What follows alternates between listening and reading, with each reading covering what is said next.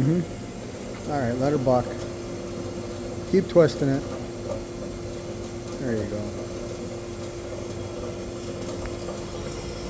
It's a miter saw.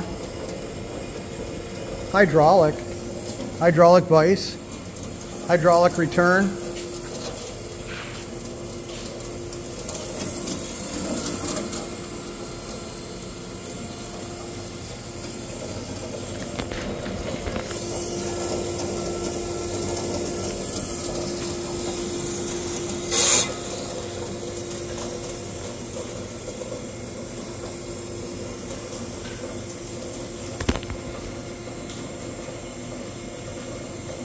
And you can obviously set your return height.